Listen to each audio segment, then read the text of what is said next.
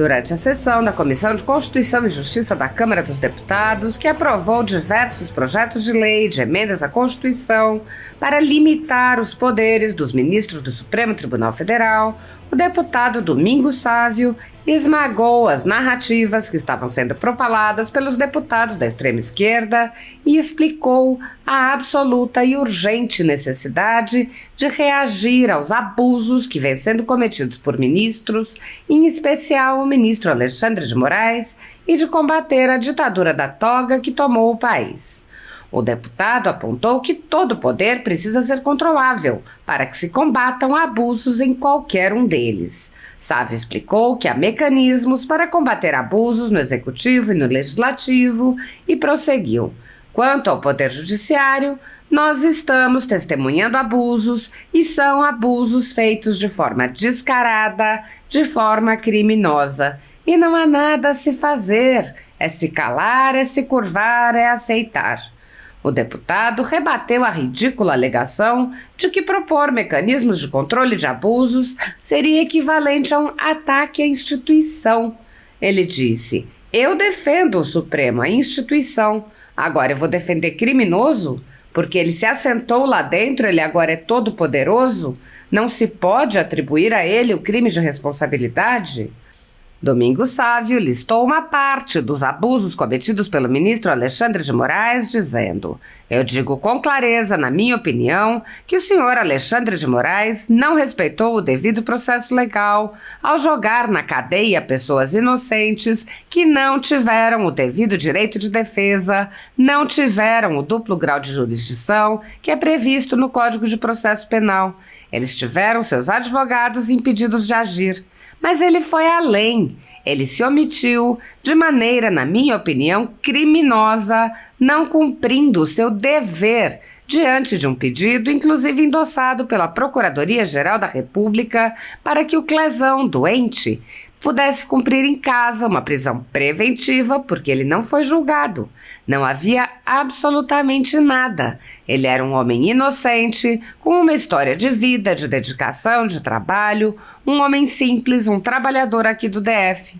E ficou lá, mês após mês, na gaveta do senhor Alexandre, esse pedido, e ele se omitindo. E o Clezão morreu. Eu estou falando de uma vida retirada." O deputado lembrou que simplesmente relatar os fatos já levanta vários alertas sobre a perseguição que virá e disse: "Eu aponto o dedo para dizer, senhor Alexandre de Moraes, o senhor está com as mãos sujas de sangue, sim." O deputado apontou que o único mecanismo de controle que existe, que é o impeachment, está sendo impedido por um único homem, o presidente do Senado, Rodrigo Pacheco. Ele parabenizou o relator do projeto de lei por incluir no texto um prazo para que o presidente do Senado se decida e lamentou a covardia do atual presidente, Rodrigo Pacheco, lembrando que, para vergonha dos mineiros, Pacheco se omite, se acovarda, não dá uma resposta ao país sobre os inúmeros pedidos de impeachment contra o senhor Alexandre de Moraes.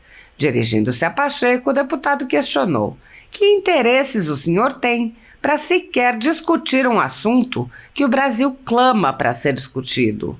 Ele sugeriu: "Coloque em plenário e diga que o Alexandre é inocente. Coloque em plenário, que o assunto seja debatido." O deputado perguntou: "Por que não se pode discutir?" Domingos Sávio ironizou: "Não é o STF, é o Alexandre que é Supremo. Ele é Supremo. Ele está acima do bem e do mal. Ele faz o que ele bem quer. Ele abre o inquérito do fim do mundo." Dirigindo-se ao ministro, o deputado disse: "O senhor rasga a Constituição que eu conheço e que eu jurei defender.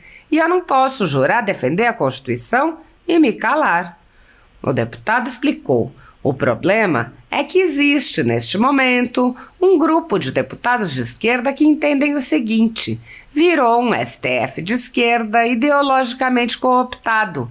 Então vamos protegê-los, que assim a gente tem no Brasil uma réplica da justiça da Venezuela que diz amém ao governo de esquerda. Isso não é adequado para a democracia. STF não tem que ser de esquerda nem de direita. STF não tem que ter linha ideológica. STF não tem que ter ministro que após a eleição vai fazer discurso. Ministro do STF, que esteve no comando do TSE, e diz: derrotamos o bolsonarismo. Ele atribui a si, um ministro do STF, atribui a si a derrota de alguém que acabara de disputar uma eleição. Isso contribui para a democracia? Isso contribui para o STF? Isso é uma vergonha. Domingos Sávio expôs o ridículo da atuação dos parlamentares da extrema esquerda que defendem Moraes, dizendo: defender esse tipo de coisa é uma vergonha. Se dizer democrata e defender isso e ainda ficar apontando o dedo para os outros, isso é uma vergonha. É uma esquerda vergonhosa. É uma vergonha uma esquerda que não tem coragem de discutir o que é verdade em uma democracia. O deputado explicou: eu não quero STF de direita, eu quero um STF independente. Eu não quero um STF do Alexandre de Moraes, na minha opinião, um criminoso. Na minha opinião, um homem que não respeita a Constituição. Nessas alturas, eu acho que é um problema mental. Nem devia ser preso, devia ser internado, porque é um homem insensível, um homem que sabe que está desrespeitando o devido processo legal. Mantém órfãos de pais e mães vivos, presos sem direito à defesa. O deputado relatou as visitas que fez a presos políticos do ministro Alexandre de Moraes, expondo que até mesmo pacientes psiquiátricos estão presos há meses e sendo condenados sem individualização de condutas ou devido processo legal. Domingos Sávio afirmou: este parlamento tem o dever de reagir. Domingos Sávio alertou os colegas da extrema esquerda: isso que nós estamos fazendo, amanhã, se for um governo de direita, o que é óbvio, não é possível que não acreditem nisso. Não é possível que achem que vão estar eternamente à esquerda no poder. Então já estão defendendo a ditadura. Haverá um momento em que teremos governos de direita e nós vamos admitir, então, que o governo de direita monte um STF de direita? Não tem que haver STF nem de direita nem de esquerda, mas hoje está tendo. A realidade é essa, está tendo e é preciso haver controle. E um dos mecanismos de controle é estabelecer claramente os crimes que nós estamos vendo eles cometerem e que haverá punição para eles. É preciso estabelecer também que o senhor presidente do Senado não tem o direito de simplesmente enfiar na gaveta o pedido de impeachment. Isso não foi dito aqui e está nesse projeto de lei. Pedido de impeachment tem que ter prazo para o presidente do Senado se manifestar, porque hoje o presidente do Senado, infelizmente, tenho que dizer que votei nele, na esperança de que representaria dignamente os mineiros. Hoje, só ouço em Minas Gerais declarações de tristeza, vergonha, por enxergar ali uma atitude covarde e até de traição. O deputado rebateu a narrativa absurda de que o STF seria a casa de defesa das minorias. Ele explicou, ou seja, perde-se na votação aqui, perde-se no Senado, a maioria decide uma coisa e vai lá e diz: olha, a maioria decidiu, mas vocês são do lado dessa determinada minoria, revoga o que foi decidido lá. Domingos Sávio questionou: é assim o jogo democrático na visão dessas pessoas? O deputado explicou que tal posição é equivalente a fechar o parlamento.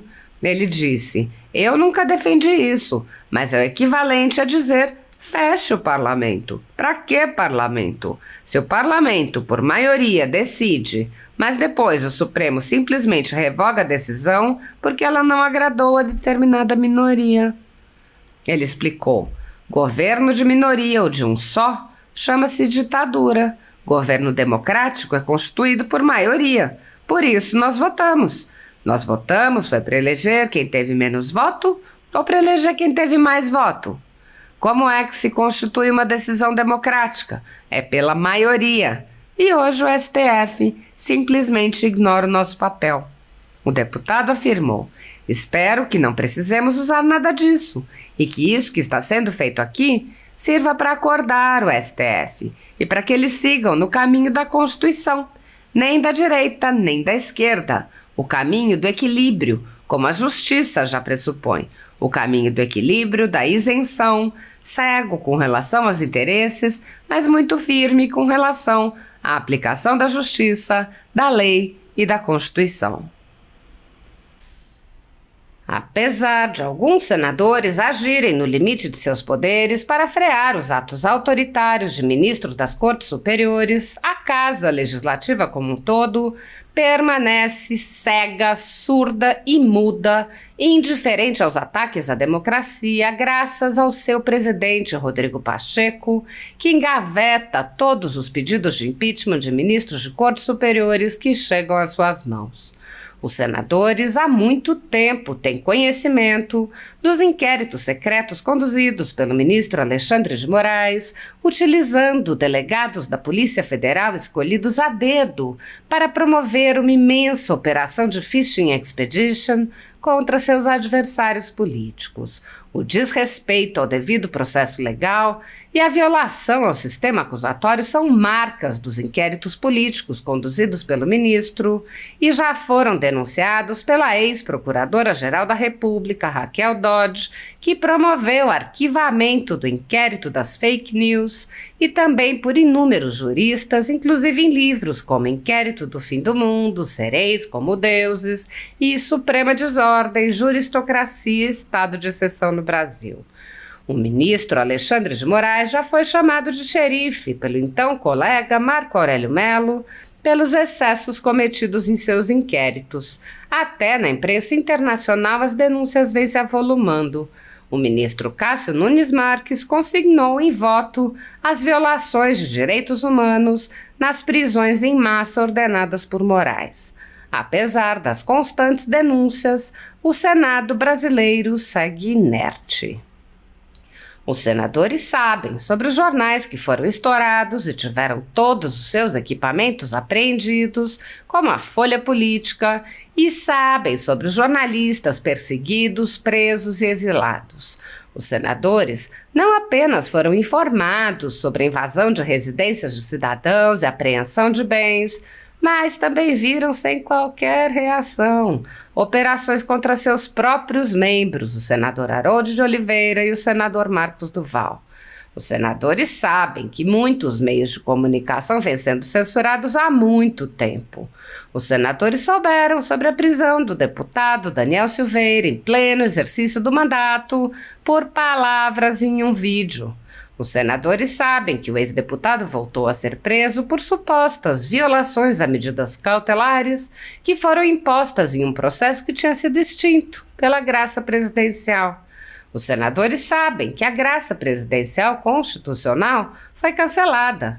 Os senadores foram informados sobre a perseguição a jornalistas que são censurados, impedidos de exercerem sua profissão e têm bens e redes sociais bloqueados.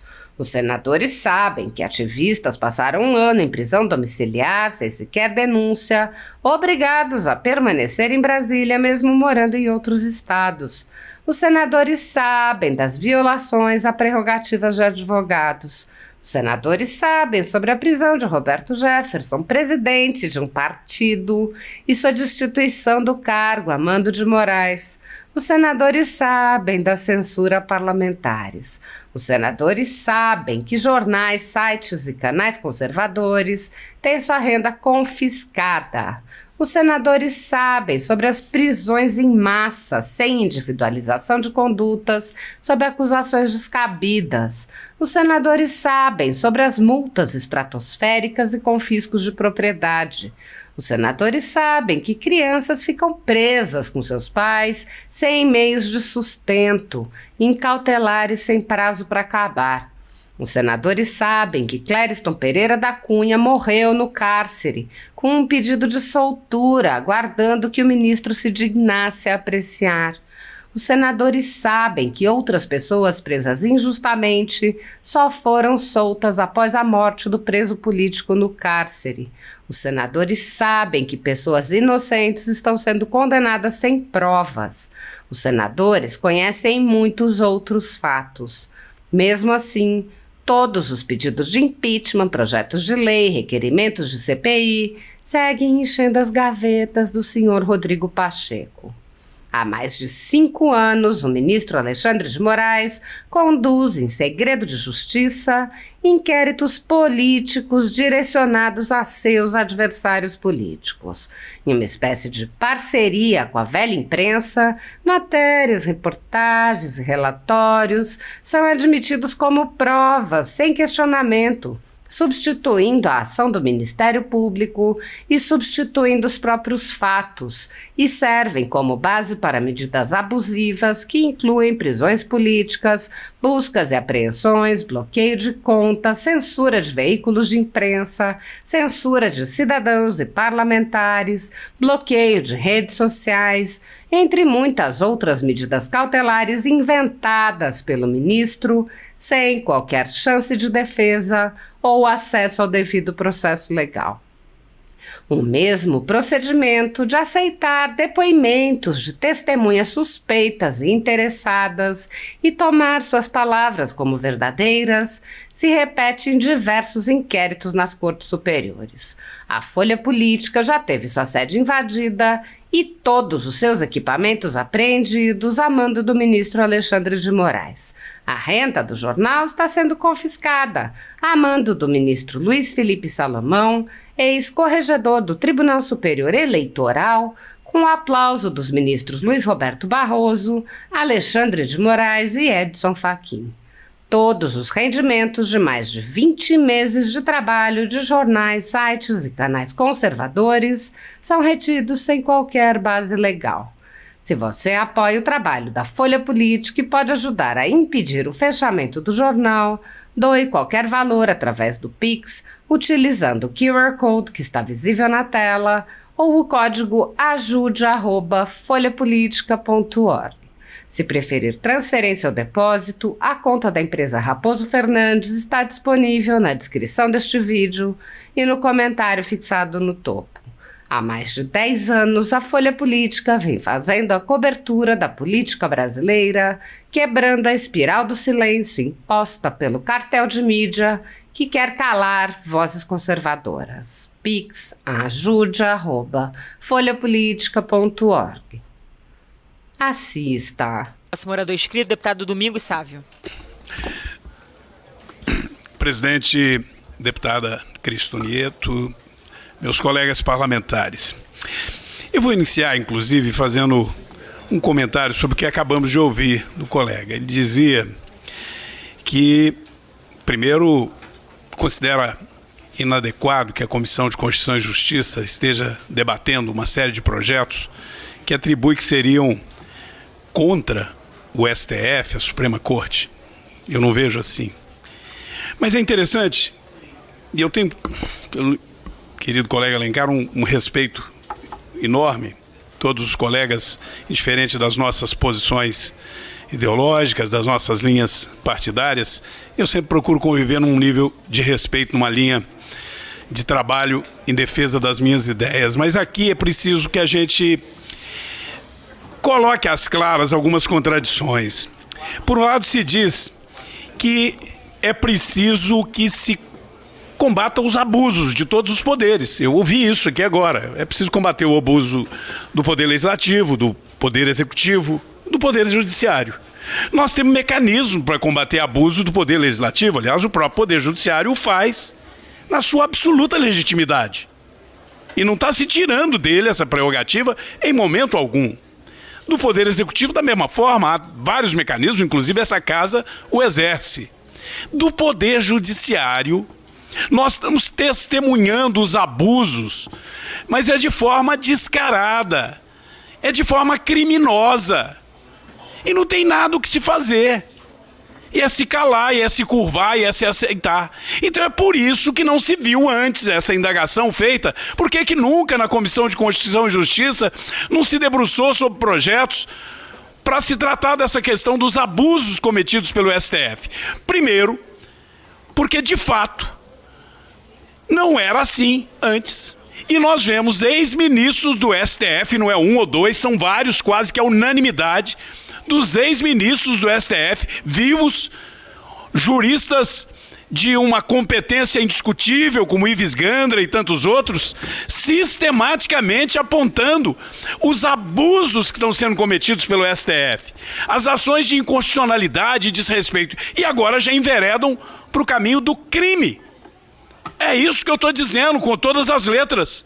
Um STF em que a briga, e o STF eu defendo, o Supremo, a instituição. Agora eu vou defender criminoso, porque ele se assentou lá dentro e ele agora é todo poderoso e não se pode atribuir a ele o crime de responsabilidade. Então o deputado Sócrates foi muito corajoso e muito feliz. E não foi agora, no meio dessa crise, não. Foi já há vários anos. A deputada Bia Kiss, da mesma forma, ao apresentar projetos que estabeleçam com clareza o crime de responsabilidade. Mas que crime, deputado Domingos Sávio, eles estão cometendo? Eu digo com clareza, na minha opinião, que o senhor Alexandre de Moraes, ao não se respeitar o devido processo legal, ao julgar na cadeia pessoas inocentes que não tiveram o devido direito de defesa, não tiveram o duplo grau que é previsto no Código de Processo Penal, tiveram seus advogados impedidos de agir. Mas ele foi além. Ele se omitiu de maneira, na minha opinião, criminosa, não cumprindo o seu dever, diante de um pedido, inclusive endossado pela Procuradoria-Geral da República, para que o Clesão, doente, pudesse cumprir em casa uma prisão preventiva, porque ele não foi julgado, não tinha absolutamente nada, um homem inocente com uma história de vida, de dedicação, de trabalho, um homem simples, um trabalhador aqui do DF. E ficou lá mês após mês, na gaveta do senhor Alexandre, ele se omitindo, e o Clesão morreu.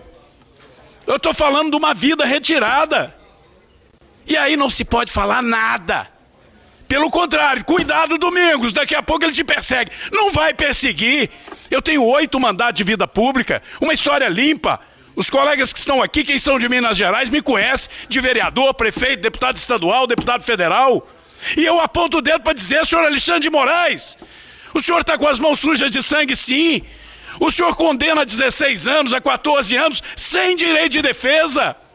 E não se pode fazer nada. Não, pode mandar para o Senado um pedido de impeachment. E aí eu completo o raciocínio na defesa desse projeto de lei, parabenizando o relator, doutor Alfredo Gaspar, deputado Alfredo. Você incluiu em boa hora que há prazo para o senhor presidente do Senado, para vergonha dos mineiros, para nossa tristeza, senhor Rodrigo Pacheco, que se omite, se acovarda, não dá uma resposta ao país, os inúmeros pedidos de impeachment contra o senhor Alexandre de Moraes. Que interesses o senhor tem para sequer discutir um assunto que o Brasil clama para ser discutido? Coloque em plenário e diga que o Alexandre é inocente. Coloque em plenário e que o assunto seja debatido. Não. Não se pode discutir. Por que não se pode discutir? Não, porque não é o STF. O Alexandre é que é supremo. Ele é supremo. Ele está acima do bem e do mal. Ele faz o que ele bem quiser. Ele abre um inquérito do fim do mundo. Ora, eu sou médico veterinário. Eu cursei uma pós-graduação em Direito Público para aprender um pouco sobre direito constitucional. Eu já era deputado quando fiz isso. Não fiz isso para advogar, para ganhar título. Fiz para conhecer um pouco da lei, senhor Alexandre de Moraes. E o senhor rasga a Constituição. A Constituição que eu conheço e que eu jurei defender. E eu não posso jurar defender a Constituição e me calar e dizer, ora, se eu votar isso, eu estou perseguindo o Supremo. Que perseguindo? Passou de hora. O problema, e está muito claro, o problema é que existe, neste momento, um grupo de deputados de esquerda que entendem o seguinte, virou um STF de esquerda, ideologicamente cooptado. Então vamos protegê-los, porque assim a gente tem no Brasil uma réplica da justiça da Venezuela, que diz amém a um governo de esquerda. Isso não é adequado para a democracia. STF não tem que ser de esquerda ou de direita. STF não tem que ter linha ideológica. STF não tem que ter ministro que após a eleição vai fazer discurso, e ministro do STF que esteve no comando do Tribunal Superior Eleitoral diz, derrotamos o bolsonarismo. Ele atribui a si um ministro do STF. atribui a si a derrota de alguém que acabara de disputar uma eleição. Isso contribui para a democracia? Isso contribui para o STF? Isso é uma vergonha. Defender esse tipo de coisa é uma vergonha. Se dizer democrata e defender isso, ainda ficar querendo apontar o dedo para os outros, dizer, eles falam que são democratas, mas não são. Isso é uma vergonha. É uma esquerda vergonhosa. É uma vergonha uma esquerda que não tem coragem de discutir o que é verdade na democracia. Eu não quero STF de direita, nunca quis STF de direita, nunca defendi golpe militar e jamais vou defender. Eu quero um STF independente. Eu não quero um STF do Alexandre de Moraes, na minha opinião, um criminoso, na minha opinião, um homem que não respeita a Constituição. Nessas alturas, acho que é um problema de mental. Não devia de ser preso apenas, devia de ser internado. Porque é um homem insensível, um homem que sabe que está desrespeitando o devido processo legal, mantém mães, pais de órfãos vivos, presos sem direito à defesa. Eu visitei em Divinópolis meus colegas parlamentares da esquerda. Eu visitei em Divinópolis, haviam 5 presos do dia 8. Um já condenado a 14 anos, operário da rede ferroviária, que nunca tinha cometido um crime antes, sem ter o devido processo legal. Recebeu a notícia, de uma hora para outra, que seu advogado não teve nem como defendê-lo. Mas os outros 3 pequenos produtores rurais, lá da região. E o quarto, sabe o que era o quarto? Que estava lá preso. Um paciente psiquiátrico, um homem de entre 45 e 50 anos, parecia ser mais velho do que eu, há 20 anos vendia picolé na rua, em Piuí. Era considerado, é aquele paciente psiquiátrico pacífico. Aquela figura que a cidade inteira conhece, que não conseguiu desenvolver outras habilidades porque tem problemas mentais. Veio a Brasília, esse paciente psiquiátrico, e estava lá preso, desesperado, chorando quando me viu.